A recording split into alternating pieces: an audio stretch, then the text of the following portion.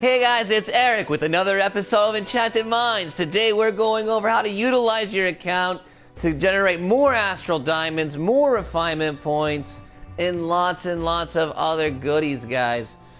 So one thing right off the bat, I like to keep one slot open as a flex option to farm retraining tokens, guys. So very easily you can clear out a few zones and get the amount of Symbol of Savaris needed to spend at the store in the Halls of Justice to buy a retraining token that's account bound. You're able to transfer this from one character to another and save a lot of Zen, a lot of Astral Diamonds if you have time. So me, I don't like depositing money on the game. Well, I do, when I can, obviously, but I've been very successful basically just farming everything in the game, guys. Without depositing too much. I buy some wards typically during double refinement, trying not to do that this double refinement either.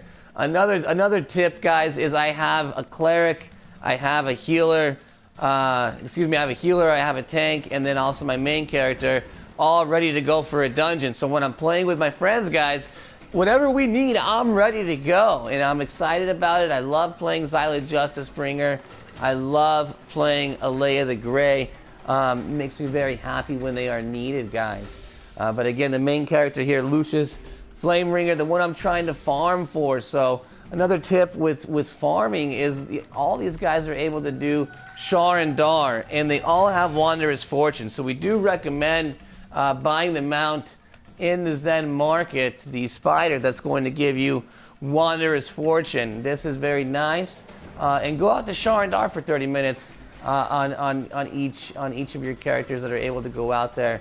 Obviously I'm not taking all 9 of these, but I try to get it done with Lucius. I try to get it done with Xyla Justice Bringer, and then also Alea the Grey, sometimes Theodos and Geodis as well. John Proudfoot. I mean, ideally everybody, but there's never enough time for all that. But they all have Wanderer's Fortune, so they're getting, when you first log in, it seems like things are proccing more often than when you're on for a while. So that's on each character. It's like that. It's separate for each character. So take them out to Shar and Dar and get those thaumaturgic stones. Each character can get 9 thaumaturgic stones out there, guys, every day. So I try and do it, on the 3 characters every day. That's 27 a day. Over the week, that really starts to add up, and we're coming up on a double refinement, so I'm really farming that hard.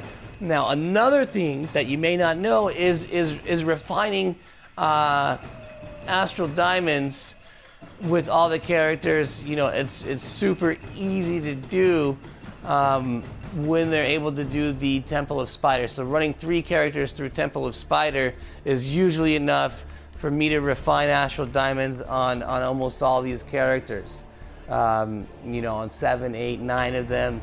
So 300,000 Astral Diamonds, in rough Astral Diamonds getting converted over. If we have that kind of time to run, 2 Temple of Spiders, 2 Shores on each of these 3 characters, the tank, the cleric, and also the main character, obviously, guys. And in the professions, so the professions is huge. Alea the Grey pumps out tons and tons of jewelry crates for the guild, and the other characters are helping her to do that. So Geodis, Master Leatherworker, Giannis level 20 Leatherworker. So they're making leather, and then Xyla Justice Bringer is making ore. And so is John Proudfoot. So these 4 characters are pumping out the resources, so that way Alea the Grey can make massive amounts of precious crates of jewelry, and then the other ones as well. You can only make 1 type of crate at a time, so she pumps out all 4 of them. We have a schedule. Everybody's funneling those resources to her, and that's easy to do while you're doing the invocations. Now, whether or not you want to take it that far with the professions, you guys need to be doing the invocations on each of your characters, guys. This is going to allow you to farm coalescent wards by buying the Celestial Coffer of Enchantments in the Vault of Piety. So these are awesome, guys. Even that this one's crap, but you open up enough of them, and it does pop the award. I've gotten several of them by doing this. Obviously across 8 or 9 characters, they start to add up. And in the events, guys, if you were rocking multiple characters during Gift of the Gods, right? Gift of the Gods is you got one special pack per day, one blessed Gift of the God pack, and he had a chance to drop the Forge Hammer of Gond, guys. So like, I know a lot of people that got those because they were rocking so many different characters. Right, I wasn't fortunate enough. I didn't really have time to farm it too much. I was buying a lot of these. I was buying a lot of these at 1,000 or less. They're dropping 2 rank 6s. That's good for 4,000 or 500 points each. We have a double enchantments and runestones coming up. So I'm going to open these and get 4 rank 6s. I'm going to save those for double refinement. I'm going to get 8,000 refinement points on each one of those. So that's 32,000 refinement points, guys. 1,000 astral diamonds for my artifacts. And then in addition to that, guys, the guild banker. So on your alt, this is actual guild bank here, for Warlord. But on your alt, you can get this first repository for only 150,000 astral diamonds.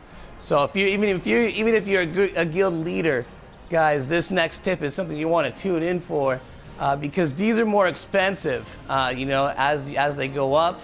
And if you just want some personal storage, make it fake guild on your alternate character, and that's going to free up some space. They're only 150,000.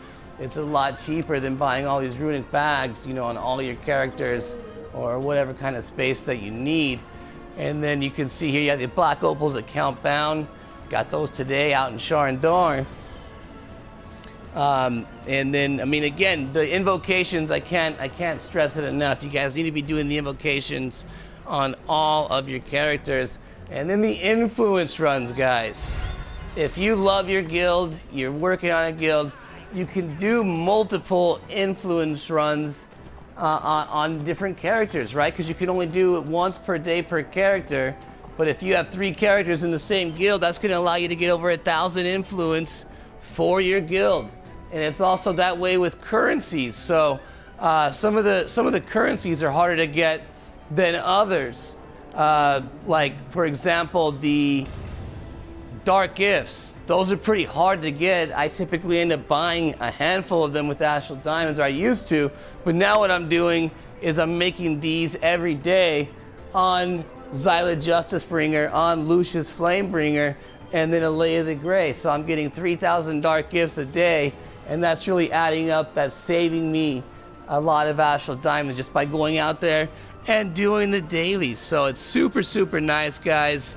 And then again, just the overall versatility with your friends, the ability to play whatever they need, guys. If you have any questions, suggestions, or requests, comment down below. Outside of that, guys, hit the like button, subscribe to the YouTube channel, The Awesome Gaming Network, and may the drops be ever in your favor. Thanks for watching. Captain Eric out.